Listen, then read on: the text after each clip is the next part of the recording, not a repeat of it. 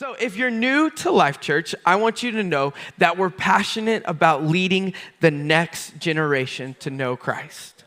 Let me say that again. I want you to know that we are passionate about leading the next generation to know Christ. And LC students, we're all about change lives is one of our sayings, but the other one is we want every single one of our students to be a lifelong follower. We want each and every one of our students who come through LC students, whether it's a year, 2 years, or maybe all 6 years, however many years it is that they're in LC students, we want them to be able to step out into this world and be a lifelong follower. What do we mean by that? We mean exactly what we say. We want them to follow Christ for their entire life. Me and Gabby, we want to be able to call them in 20, 30 years and ask them, how are they still living for the Lord? My youth pastor, he texted a bunch of us a few weeks ago and asked us, how are you living for the Lord? And it was really cool. A bunch of my friends that I haven't talked to since they moved out of state all told me about how they are still living for the Lord, where they're serving at in their church, because that's what matters, is being a lifelong follower of Christ. And that's what Life Church is passionate about. We're passionate about leading the next generation to know Christ. An interesting little tidbit, USA Today just published an article about people returning to church right now. And the generations who are showing up the most consistently are millennials and Gen Z. If you're a millennial or a Gen Z, you are leading the way across America and showing up the most regularly to church. That's incredible. So the last few weeks, we've been in our series, Made for This. And we've talked about the story of Moses and what we can learn about our identity and our purpose and how we can be faithful through difficult seasons as we follow Christ. Today, I want to bring up Moses one more time. Today we'll be in Exodus chapter 17. I know y'all are probably getting a little tired of hearing the name Moses. But I just love the story of Moses. There's so much that we can learn from him. How faithful he was, how he just trusted in the Lord, even when he didn't want to, even when he didn't want to be obedient, even when he didn't want to follow what God had planned out for him, he was still obedient and trusted in the Lord. So today we'll be in Exodus chapter 17, verses 8 through 13. So let me kind of set up what's going on here. Moses and the Israelites had finished crossing the Red Sea, and now they were starting to wander around. And then they got in a battle with the Amalekite people, and that leads us to Exodus chapter 17. They came and attacked the Israelites, and Moses said to Joshua, "Choose some of our men and go out to fight the Amalekites. Tomorrow I will stand on top of the hill with the staff of God in my hand." So Joshua fought as Moses had ordered. And Moses, Aaron, and Hur went to the top of the hill. As long as Moses held his hands high, the Israelites were winning. But whenever he lowered his hands, the Amalekite people were winning. When Moses' hands grew tired, they took a stone and they put it under him, and he sat on it. Aaron and Hur held his hands up, one on one side and one on the other, so that his hands remained steady till sunset. So Joshua overcame the people with the sword. Today, as we're watching our students serving us, they're serving the church, they are holding the church's arms up. But my question to you is, why should the students only do this once a year? Why shouldn't we have our students serving and being involved all year around? Maybe another question is, why shouldn't you serve and be involved all year around? In this story, we see that when Moses held his hands high, when he held his hands up, the Israelites were winning. But when he got tired, his hands began to drop. And when they began to drop, they began to lose. It wasn't until Aaron and Hur came alongside and helped him hold his hands up, hold his arms up, and Israel was able to win the battle. This story shows us something compelling. We all need each other, right? We all need each other. Moses, he couldn't do it alone, and neither can we. The first thing I want to talk to y'all about today is we can't win battles alone. Nobody can win alone. The church can't win alone. The Cowboys, Dak, all he can try to do, he can't win alone. He needs a defense. You can't win alone. We can't do anything alone, and we definitely can't advance the kingdom of God on our own. We need each other. We need community. We need to be standing beside one another, holding each other's arms up. Moses couldn't even win a battle on his own. Was he an amazing leader? Yes. But being a great leader did not mean you win all the battles by yourself.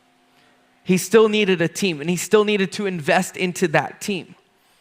Moses once again had Joshua. And he sent Joshua down with some of their men to fight. But Moses knew that in order to win, Moses was going to have to pray. So that's what he did. Moses went up on top of the hill, watched over the fight, and gave God the praise. I don't know if you've ever been in a fight before. I don't know if you've ever gone to war. But from my knowledge, from all the UFC fights that I've watched, standing there with your arms up is not going to do very much. Right? Like, I'm going to walk into the octagon, unprepared, ready, and I'm just going to get in there, and they're going to say, round 1, fight. I'm probably going to get knocked out in like 2 kicks. Like, we'll be honest. Round 2, I made it to round 2. Round 2, fight. I don't think that's going to win a fight. I don't think that's going to win a war. I don't think that's going to win a battle, just holding your arms up. But Moses was up praying. He held his arms up praying and watched God win the fight for them. But when Moses' arms got tired, sometimes I wish I had just a free weights here, and I'd have Landon come up here and hold some weights up above his head and just watch him the whole time. But holding something up above your head, it gets tiring. Even the lightest thing. I feel like most of us, we've seen the Mr. Beast 1 pound dumbbell challenge, and the big bodybuilder was trying to lift it. He was like, I can do this all day. And then he got an hour in, and he was like, my arm is getting sore. It's the same thing, holding your arms up, even if there's no weight in it, it gets tiring. So Moses, as he got tired, as his arms were being held up high, he needed someone to come beside him to help hold his arms up, because that was the way they were going to win the war. Moses had God fighting on his side. And that's how they were able to win. Have you ever tried to do anything on your own? It's not easy, is it? No? Think about the last time you moved. Moved in, you moved a family member, you moved something at work. Think about that. It's not very easy. Think back when you moved and helped someone in. Maybe you tried to do the fridge on your own. Don't do that. You're going to throw your back out. Maybe you tried to do the couch. Again, I don't think we're supposed to lift a couch by ourselves, no matter how strong you are. Imagine trying to move an entertainment center. We have a really heavy one in our house, and that thing is a beast. It's not easy to move. One time, Gabby was like, we should rearrange it. And I was like, no, we shouldn't. That's going to be too hard because I don't want to move everything around. Things are heavy. It's hard to do stuff on our own. We moved back in May, and I told Gabby, I was like, I don't want to move for a very long time. I'm good. We can stay here as long as we can, and we will hire someone else to do this because I don't want to move anything ever again. Moving is hard. Carrying things is hard, and doing things on our own is even harder. When I was in college, I was an RA. I was an RA in Teeter, if you've ever been to Nelson. It's one of the big newer dormitories. And I was in Teeter, love it. I was the RA in T3. It was great. And my first semester, at the end of it, our RA was moving down a floor, all the way down to the first floor, from the 4th floor to the 1st floor. And we're like, okay. He had the biggest sectional couch I have ever seen in my entire life. A massive leather. It was probably fill up this whole stage from the back all the way around. It was huge and had one, I don't know how he fit it in his room, but it is what it is. It had one split and it was in the exact middle. And I'm like, that is the worst designed sectional ever. That's another thing. So they were like, all right, we need to move this downstairs before checkout. And I was like, okay, let's do it. They're like, 11:30 tomorrow morning, be upstairs in my room and we'll all together, we'll move it down. So wake up, it's like 11:20. I'm like, oh no, I'm running upstairs. I get up there and no one's in there. And I'm like, oh man, well, I am the new guy. Like, it's my first year being an RA. I'm the only new one. Maybe they're wanting me to move this by myself. So I figure out where the sectional breaks apart, and I break it apart, and I'm tilting it, twisting it, trying to get it through the door, and I finally get it through the door, and then I make a weird turn, and I start pushing it down a hallway, and I bust it open through the door, and I get to the elevator, and it opens. And I'm like out of breath, I'm panting. I'm like, oh, I don't know how this door just opened. This elevator opened just right on time, so I begin to push it, and I hear, whoa, whoa, whoa, whoa, whoa. And I like finally look up and around, and there's the rest of the RA team. They're waiting at the elevator. They're like, we were down in the lobby. Where were you? I was like, I got started. I'm tired. I got this one all here by myself. They're like, we were waiting for you. I was like, well, I just assumed I'm the new guy. I was supposed to do this by myself. They're like, no, we wanted to help you. We wanted to do this together. We were all going to work on this together. So none of us were super tired. In life, we all get tired, right? When we try to do something on our own, we get tired. Parents, you may feel like you're all alone. You're doing things time and time again, and you just don't feel like your kids are listening. You're like, I've told you this time and time again, and it gets tiring. Leaders, maybe you have some staff members, some team members that you feel like you've told them the same thing time and time again, and they just don't seem to get it. It gets tiring. Teachers, maybe you've told students time and time again, make sure you turn your homework in on time. Make sure you're doing your homework. We have a test coming up. We have a test coming up. And they don't listen, and it just gets tiring. In life, we all get tired when we try to do things on our own. But when we partner with someone, when we partner with the teams around us, then life becomes a lot easier.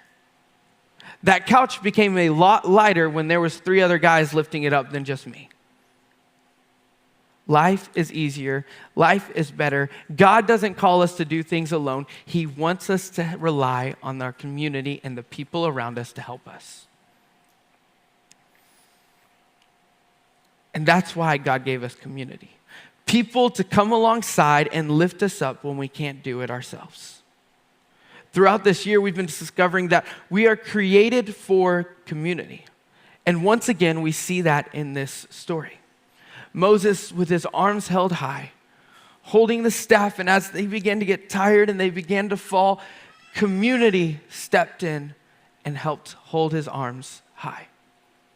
Moses couldn't do it alone, so why do we think we can do it alone? We can't do church without you. We can't bring the lost without you. Today, as we're seeing our students serving us, I'm wondering, what's stopping students serving like this every single week?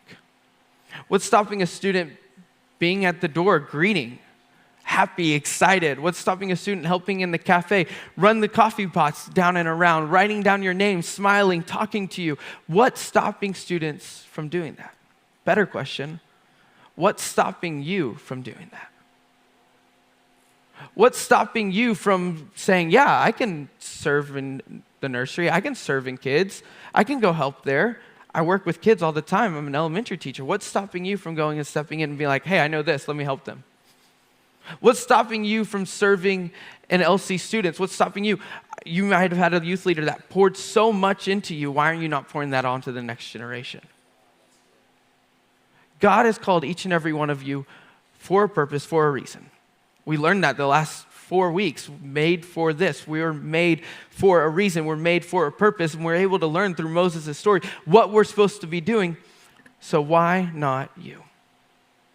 Where can you serve? Where can you get involved? Where can you make this change and grab a hold of this next generation and say, come with me, let me model this, let me be the light for you, let me help guide you so you can know that Christ is on your side, that he will always be there, he will always provide. Time and time again, let me show you this story where I didn't think I had enough, but then God stepped in and everything was provided. It builds our faith. Our students came here early. Some got here at 6:45. They came here to greet. They came here to run media, lead us in worship. They are serving everywhere. And what's stopping them from serving like this every week? What's stopping you from serving like this every week? Second thing I want to talk to you about is we are called to hold each other up. Now, this is important. Aaron and Hur, they didn't try to take Moses' place. They didn't say, hey, give me that staff, you old man. I can do it better. They knew God had a reason for Moses to lead them. And Aaron and Hur, they knew that it wasn't their duty to lead. It wasn't their duty to take over the staff and to hold it up. They knew that their duty was to be there in support and to be there in support of community. They saw Moses instead of saying, hey, I'm younger, I can hold my arms up a little longer than you can, let me just do it from here. They said, no, God had told Moses to do this for a reason, and he called us to be here, so let me help you. I'm not going to take it over.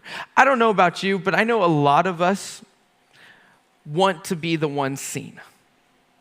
We want to be the ones getting the credit. Maybe it's at work, and I know I was a really bad student in high school, and in group projects, I was the one who never really did any of the work, and I would always take the credit, and I would be the one to do the presentation. They're like, you like to talk? I'm like, I love to talk. And they'd be like, do the presentation, and I'm like talking about all of it, and the teacher's like, you get an A, and everyone else gets a B, and I'm like, yeah. We like to just sneak in and steal all the credit, and I don't know about y'all, but if you were in the position of Aaron and Hur, I bet a lot of us today would have been super quick to be like, hey, old man, look, you've had your time. You got us out here. Thank you for that. But I think we got it from here. I can hold that up. If that's all we need to do to win, I can hold that up. But that wasn't the purpose. They knew that they were there for community and there to support Moses. They knew they could win, but only when the generations came together to serve the church. They knew they could win, but only when the generations of the Israelites would come together to serve with one another. That's what it looks like when you volunteer in youth and you pray for a student. You take a student under your wing. You say, hey, I know you're hurting and I know you're lost, and you've told me all of this. Let me help you walk with Christ first. That's what it means to be an encouraging teacher. You see a student who's hurting, who's struggling, and instead of casting them off, instead of being like, yeah, you don't know anything, I'm just going to let you pass so I don't have to deal with you anymore, you take them under your wing and you help them. You help them learn. You take the time it takes. You take slow steps with them. It's what it's like when a new believer begins to take their next steps. You're holding up the arms of those around you so they can win their battle. Students today, you can hold your parents' arms up by encouraging them, by praying for them, by obeying at home, and living for Jesus in your schools. Parents, you can help hold your students' arms up by showing up, by supporting them, and helping them grow in their faith. All of us as a church can hold the church's arms up by praying for your church, by serving regularly, by encouraging our pastors and leaders. And I'll tell you, we need some encouragement and some help. Yesterday, while our team was cleaning, they were in here sweeping the floors and getting ready to mop, and they realized that there was a leak coming down. So that's why that chair is cast out right now. It was covered and soaked in water because we had a leak. So we need your help to help hold the church's arms up. We're in a battle. And there's a spiritual battle in our world today. A battle over the next generation. Which way is it going to go? And our leaders are in that battle. Will you get in that battle? Will you hold their arms up? Will you show up? Will you pray for them? Will you be there for them constantly? The church wins when every generation supports the next one. The church wins when every generation supports the next one. Israel won the battle, but only when God's people work together. It was about unity. It was about coming together in community to help one another. When Moses' arms were lifted, the people of God began to move forward. When Aaron and Hur stepped in, victory came. And when we lift each other up, when we serve, when we encourage, when we invest into the next generation, the church wins. So let's not make Student Takeover Sunday a once in a year thing. Let's make it a reminder that every day we are called to lift up one another, to help the next generation discover their purpose and to live out their faith. Let's be a church that never lets the arms of the next generation begin to fall. So today I want to challenge you. I want to challenge you to be the Aaron and Hur of this generation. To step in beside your leaders, to step in for the next generation and help hold the arms high. And let them know that you're there to support them. You're there to hold the next generation's arms high and saying, I don't know what battle you're going through. I don't know how hard it's going to be. I don't know the weight of that staff, but what I do know is I can support you and love you and be there for you. I can hold your arms up.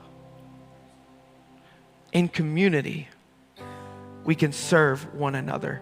In community, we can love one another. And in community, we win the war. So today, I challenge you, as we're getting closer and closer to the end of the year, as we get closer and closer to starting a new year, where will you lift the church's arms? Will you start serving in the parking lot? Will you start serving in kids? Will you start serving in LC students? Will you start being a greeter? Will you serve in the cafe? Will you serve in the media booth? Where will you help hold the church's arms? Where will you come in to help? Because I believe God has some big things in store for our church, for our community, and for each and every one of us. But to see these things come to be, we have to be faithful. We have to help. We have to be molded. We have to be the model for the next generation. Your kids, your students, they look up to you. They see how you serve. They see how you lead, and they want to be just like you. So how are you going to lead them? How are you going to support them? Are you going to show them that you can sacrifice time and time again to help hold up the arms so we can reach the next generation? Or are you going to show them when things get hard, you're going to turn around and run? Because Aaron and Hur, they had a really easy way out. Moses' arms began to drop, and the Israelites began to lose the war. But instead of Aaron and Hur turning around and fleeing, they said, oh no, we have to help. We can win this, but only when we step in, when we help hold Moses' arms up till sunset. They had an easy out. We have easy outs. We can just stop coming. We can say, who cares about the next generation? They'll figure it out. They'll come to Christ. They won't come to Christ. It's okay. Or we can say, God, you have a purpose for this next generation, and I want to help reach them. God, there's a purpose for this next generation, and I don't want them to walk away. God, there's a purpose for this next generation that people will begin to come. People who've never heard the name of Jesus will come to know Jesus, and I want to be a part of that. So will you turn and run? Or will you be like Aaron and Hur and stand beside them, stand beside Moses? Help hold the arms up.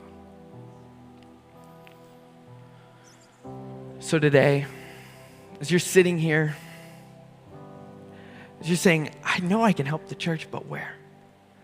I know I can help the next generation, but how do I do that? I want to lead them, and I know that there's a reason, and I know that they want to follow Christ, but how do I do that?